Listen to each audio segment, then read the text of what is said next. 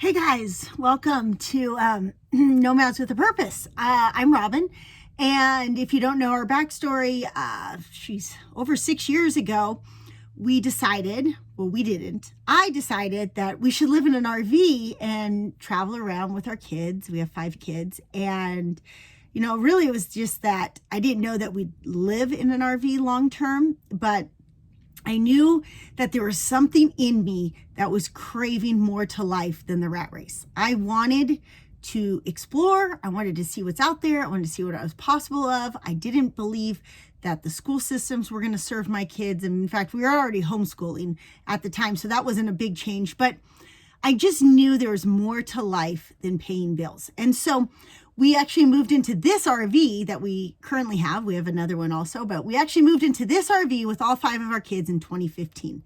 And I'm going to tell you, before we did that, I don't think my husband and I ever had a fight. I can't remember a single, maybe a couple about he was working too much. So I take that back. We had a couple that was but it was when it was already that burning desire of guy, you're always working. You're always tired. You need a nap every weekend. I don't ever see you. There has to be more to life than this. This is silly. So once we moved into the RV, I think we fight every week. And I'm talking about this video of we've seriously considered we maybe need to just go different ways. This isn't serving us. And so in this video, I'm going to talk about why I think, at least in my opinion, what the root issue is, because it's not the RV. It's the baggage. You can tell Victor's talked about this in other ones. It's the baggage you bring into RV living. And hopefully, if you listen all the way to the end of this video, I'm going to provide you some great insight in how you can avoid it, the things we're doing to work around it. If it wasn't for the little bit of uncertainty in the world, I know we would never have a home base. Currently, we have a home base in Montana. Gosh, I think we come back to it maybe 5 days out of the month. I really should count it up. It's kind of a running joke that I promise every time we come back to it to restock, or we'll have to get our mail or something, they go, you guys, this time I promise I can stay here for 2 weeks. Well, I've lasted 5 days ever, I think, before I'm I gotta go somewhere. I gotta be in the RV. I just don't, the stagnation of the house doesn't serve me. And then I turn into a workaholic, and where's the fun in that? So what happens when you move into an RV that makes it so that you bring all your baggage? Well, that baggage that you're actually bringing with you is a lot of expectation and theories, or we call them programming, programs of what life is supposed to look like. So for example, my husband's deepest desire is just to help out. He wants to be the helper. He's type 2. Want to help. So when we moved into an RV, it's not like we sat down and said, hey, should we move into an RV? Let's get out a notebook. Let's pro-con this. Let's run through finances. Let's project out our income. No, none of that happened. I wish it had happened. It should happen. You absolutely should sit down with your spouse and talk about the little details about okay, how much is this really going to cost? How much am I, where do we want to go? Or a lot of people live in an RV and then just live in an RV park in the same city. That was not my goal. We travel super fast. In fact, we rarely boondock. So we spend a little bit more on some campgrounds because I love campgrounds. I love being in the community feel. I get off grid on our adventures. So we'll boondock some for that. But our goal is not a lot of people just buy an RV. They find a place to boondock for 2 weeks, 2 months. Their expenses are low. So you really have to communicate. That's an entire separate video that I'll try to put those type of videos over on the app too, because we have a new app, Nomads with a Purpose, and in there's an RVing section that we're working on building out. So grab the app too. You can download it for free on Google Play and the App Store. So we bring in this baggage. We took the first baggage is our core desire. So we've talked about Enneagram before. If he's a 2, he wants to help, and I'm an 8, and I search out intensity. So we bring in that baggage or that core desire to begin with. Okay, and then that kind of leads its way to other things. So for my baggage, I might lack some compassion.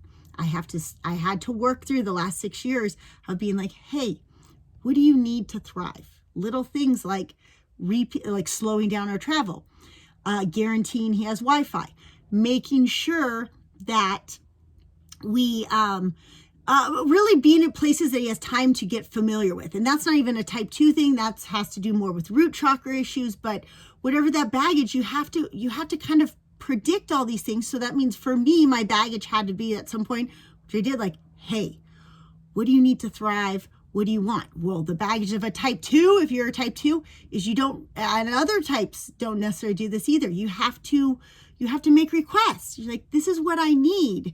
And even though you feel like, God, I'm so selfish, if I tell you what I need, I'm going to sound like a big crybaby. That's okay. Like, the secret to a healthy marriage or a happy marriage is being able to make those requests. Okay. Because when we've hit heads, in a way, it comes back to like, hey, I didn't get the chance to practice compassion because you're not giving me options. Now, what I wanted to talk about today is the reason why I'm not getting these options.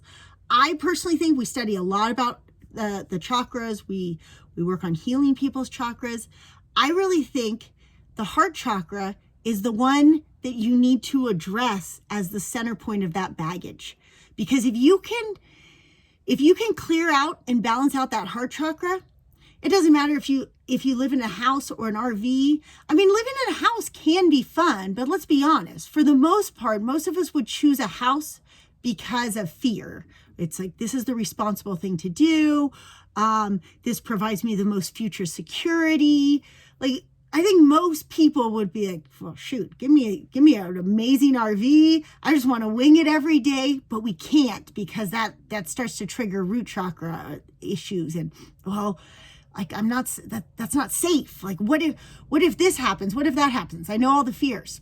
Again, it's another video, but we get to this point where if we want to step into that, like, yeah, let's live in an RV. I want to be time rich. I don't want to pay 100 different bills. I don't want to pay electricity bill, a trash bill, Wi-Fi. Well, you still have Wi-Fi bill, property tax, like the number of things you cut out, the number of expenses you cut out, not to mention that if you do it right and your health and wellness go up, you can probably cut out your health insurance too. So you have so many things that you can actually cut out that you become time rich. And then you're all of a sudden time rich and you're like, man, that's a lot of weight just coming off your shoulders. But we don't do that. And I've been living with somebody for 6 years who's like, I just can't. I mean, we're about to take off again. I'm like, I don't know. I don't want to have a pressure to come back to the house. If we have to, it's there. But I'd really like to just go back into the RV and with the mindset that this is reality. And if we need to go back to the RV or to the house or we want to, great, we do, but we don't have to. I don't want it to feel like this is a road trip. I want it to feel like this is normal life. And so in order to do that, we have to, I'm not going to make the same mistake as 6 years ago. I'm not going to be like, well, I'd be like, all right, let's pretend I want to do this. You should make me happy. Well, we've already run that play. We're not doing that again. That was not a good play to run. I could do the second play is that I love you. I'm going to miss you tremendously, but I know that I'm a better person. I'm a better mom and I can contribute to the world better when I'm living in an RV, traveling, being outdoors. So it's okay. Like, you can stay back. But then, like, that's not going to be good either. I mean, who wants to, like, voluntarily sign up for a military deployment? So the third option is, how can we make this successful? How can we make it so that this time you're going into it with the intention, like, this is amazing? Because Victor will tell you, I told him he can do it in a separate video, but he loves RVing. He really does. He all the time, it cracks us up because we'll be in a campground, like, man, I just love this forest. I just love the trees. But if I say right now, hey, we're leaving tomorrow and we're going to be in our RV forever, he'd be like, oh, no, I don't want to do that. I'm not successful at that. So there ends up being like an internal miscommunication. Wait, I love this, but yet I don't want to do this, or I can't do this, or I'm scared to do this. And I think it starts in heart chakra, because I'll ask 100 questions and it all ends up coming down to heart chakra. And so here's the line of dialogue that I encourage you to try with yourself or with your spouse or someone struggling with this. Is you start off with like, I want to live, let's go live in an RV. And there's a chance like that a fear comes up first, right? Like, oh, but what if, like for ours, well, what if the truck breaks down because we have an old truck? Or, well, what if that happens? And what if we don't have enough money to fix it? Or what if what if I can't work and I don't have good Wi-Fi? All these fears come up first, right? And those fears will definitely leave you rooted in one spot, and then you're stuck and you're not going to be able to do it. And it's not to say that those fears aren't valid. I mean, I've had trucks break down in many places. When we drove out of San Diego, I blew 3 flats in 24 hours on our trailer. And we broke down our truck and we were in the middle of nowhere. We had to hitchhike. Like, things do go wrong. I'm not encouraging that at all. I'm just saying that if you let those fears dictate your happiness, then you're never going to be happy. I mean, yeah, those were uncomfortable situations. They were kind of a pain. You know, you had boredom and sitting waiting for tow trucks, things like that. But they were wrapped around so many positive experiences, so many smiles, so much joy, so much health that for me, we actively pursue that. So I'll say, okay, well, those are fears that you have, but we've had all these cases where bad things have happened and we have a lot of joy too. So what do you think it really is? And when I ask enough questions, the next question comes like, okay, well, when's a time you made a decision and it was a success? And he's like, well, I've never done that. That's why I married you. I'm like, yeah, but I can't make all the decisions. I really don't want to. I know I'm a type 8. I am a control freak, but I actually don't want to make every single decision. So I go, okay, well, why do you think you don't make any decisions? Like there's this line, and maybe there's still a few decisions. I'm sure he makes a few decisions, but overall it feels like, woo, well, I don't ever like, and if you're a type 5, you probably really can relate to this too. Type 2s, somewhat, type 9s, you're going to relate to this a little bit too, is you tend to, not because you're not capable of it, but you have this fear of making the wrong decision. Type 5, you acquire so much information and then you're like, ooh, how am I going to weight these? And like, what if I choose one of these things that I researched, then that means I'm discrediting the other. And you have this total internal conflict going on. That's not trusting yourself. Like you're used to researching, getting your information out there. To draw it inside, you're like, well, that's not how your brain operates. Your brain wants to get everything from external. Show me the science. And so sometimes if we want to be healthy and happy, we have to go internally and say like, ooh, what's my intuition saying?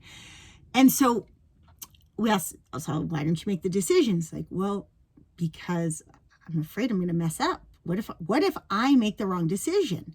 And I can see that's scary. Coming from somebody who I fail all the time. Any successful person is going to tell you they fail all the time. So then it goes a question further. If you feel like you're afraid of your failure, even though your logical brain knows that failure is the only way to success, right? You all know the Michael Jordan quote, but you're still not willing to do it, then there's a good chance either one, when you were a kid, your programming was instilled. You got the program that like, if you mess up, that's bad. You're a bad person for messing up. Or you messed up and you didn't forgive yourself for it. Maybe nobody else put that expectation on you, but maybe internally you felt guilty for not making that decision yourself. Okay, and I know that's a little deep, but it really does come down to forgiveness or guilt that you're holding on to. Either you think you were told or you were taught this, like if you mess up in school or if you mess up as a sibling or if you have this responsibility to always be perfect or to always do the right thing or to always know the answer. that program is limiting you. It's keeping you stuck. It's keeping you frozen in wherever you are, whether it's your job or your RV or your house and not an RV, or your fitness goals, whatever that thing is.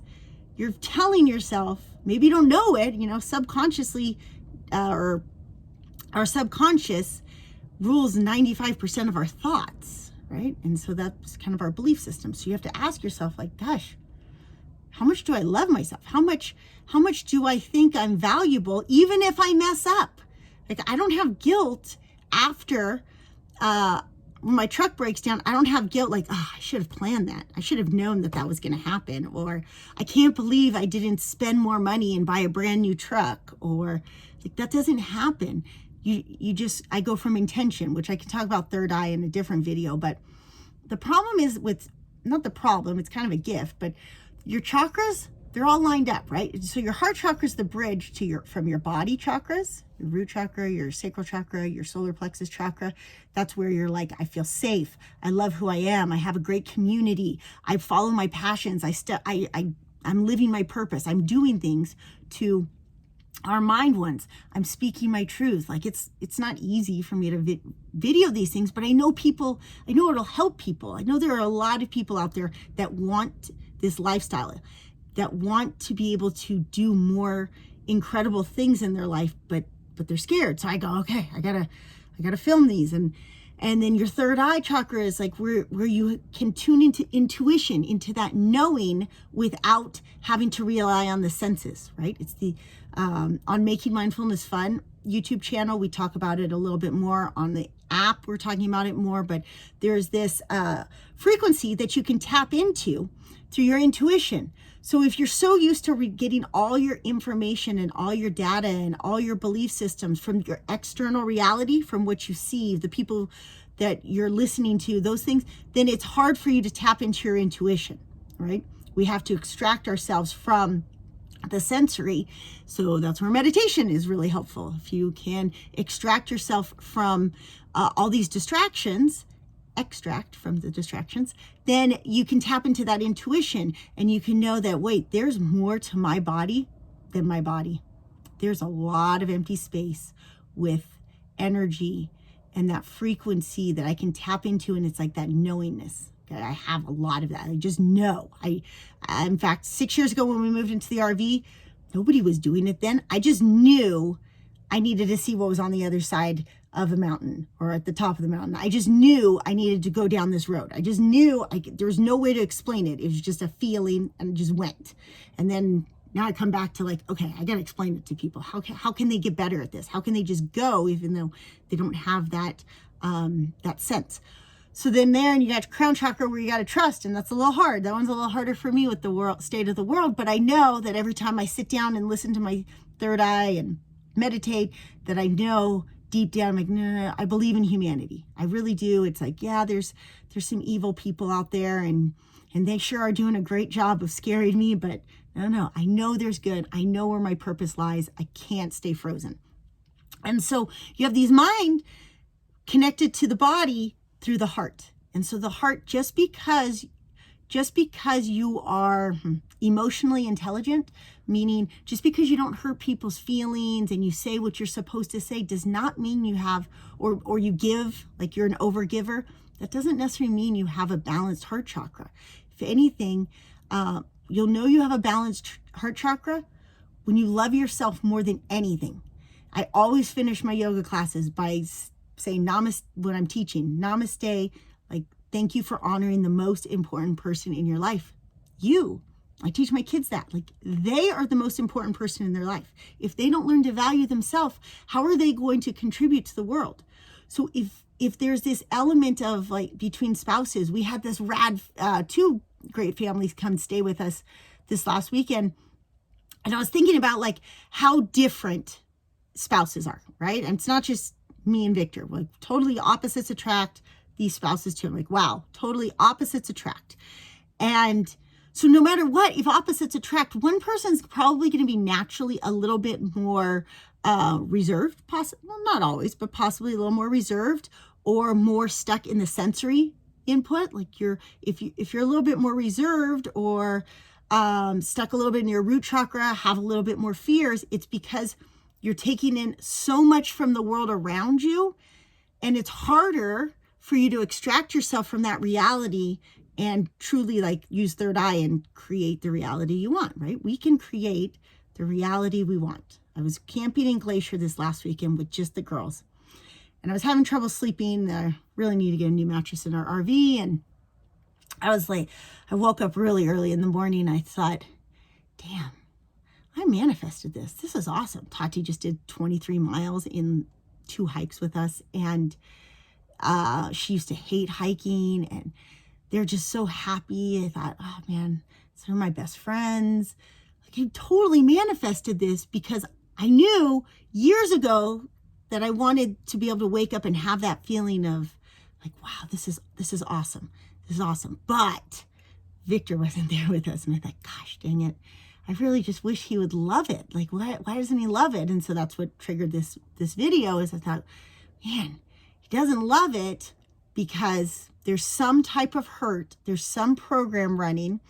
That's for him to share. But there's a program running that's saying, I don't trust myself to make the right decision because I either made a bad decision and I don't forgive myself.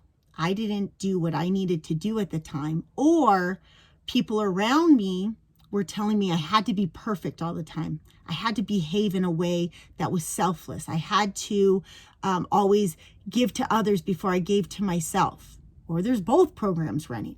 And because of that program running, you can't go to the next step where, like, if you love yourself, if you're like, you know what? I value my day. Like, I want to make the most, I want to enjoy my life. I don't have that much time on this earth. It goes by fast. Like, I value myself. I want to do what I'm going to love myself. I'm going to take care of myself first. I'm going to make decisions, and I'm going to let it go. Like, oh, well, something broke. I made a mistake, turned the wrong way. Whatever. I hit a curb. I hit a mailbox.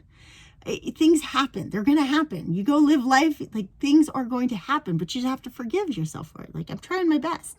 And then you can get past those fears more easily, right? I like to say that it's healing root chakra first, but if I tell you, like, you got to go heal your root chakra. I tried this with Victor for a long time.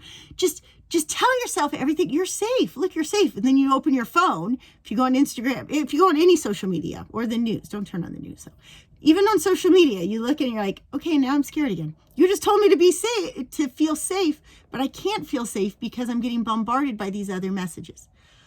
But what you can do is learn to love yourself. You can absolutely start with your heart chakra and say, I am a good person. I have good intentions. I'm going to take care of myself, and then I can help others. Okay. So we have a couple different things that can help you with this. If this, like I said, I'll try to do some more like actual technical RV stuff on the app.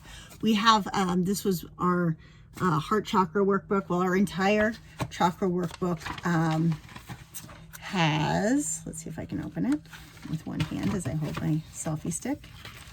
This one, I'll put a link in the description, but this chakra healing workbook is one way. There's a link to the entire chakra healing course, which would be absolutely a game changer in not only for yourself, but like to help you and your spouse decide. Maybe the house is better. You know, maybe a house is better. It's never better if you're doing it for the reason of fear and lack of forgiveness or lack of worthiness. If you're doing it because that empowers your highest self, then absolutely. Then the mortgage is absolutely worth it.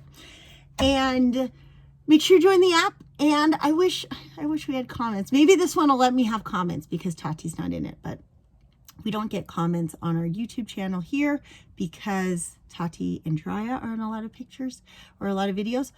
But that's also why we started making mindfulness fun videos. So we have the videos over there, a lot of Enneagram ones, a lot of chakra healing ones. Like, I'm going to say, you guys, you can totally, I know it's crazy out there. I know it's crazy, but like we came and got this home base, 10 months ago. we've barely stayed here because every time I'm here, I'm like, this is not fun. I mean, we have some fun. We do yoga yoga together, and we get to work out a little bit. But this is not, compared to what it feels like to be in an RV and have, be in the forest and always have new front door, different experiences, different people. You get to engage in the world in such a fulfilling way that I encourage you, take the leap. For a little while, I'm like, the world's so crazy. I don't know, maybe not. I really do think that in our case, every time we come back for a second, I'm like scared for a split second. And then I go, wait. If I stay here, communism wins, basically. If I stay put in my house, communism won. So that makes no sense. So I like, nope, getting back in the RV, we're going to go somewhere. But every time I go somewhere, we manifest so much abundance in like experience, in memories, in happiness, in meeting cool people. And then you keep doing that and you just realize, like, wow, we live in a really great world and surprisingly still a really great time. If you stay put in your house and your only reality is what you see on a screen, well, you're going to be telling yourself a different story. But that is not reality, okay? If I went out right now and did not take my phone with me, I would not even know that there is a pandemic going on because people are normal. All the states I go to, at least Utah, well, maybe not always in Salt Lake. Most of Utah felt normal. Idaho, Wyoming, maybe not Jackson. We were in Montana. We were in South Dakota. Like, you would never think that there's something else going on in the world. If you put your phone away and just walk through campsites, go in the forest, go for a hike, like, you would not know. Like, there's a reality. Your reality might not be the reality everywhere else. Okay, so do the heart chakra course or get the workbook. The workbook's also downloaded in the course, and like start empowering yourself to live life on your terms.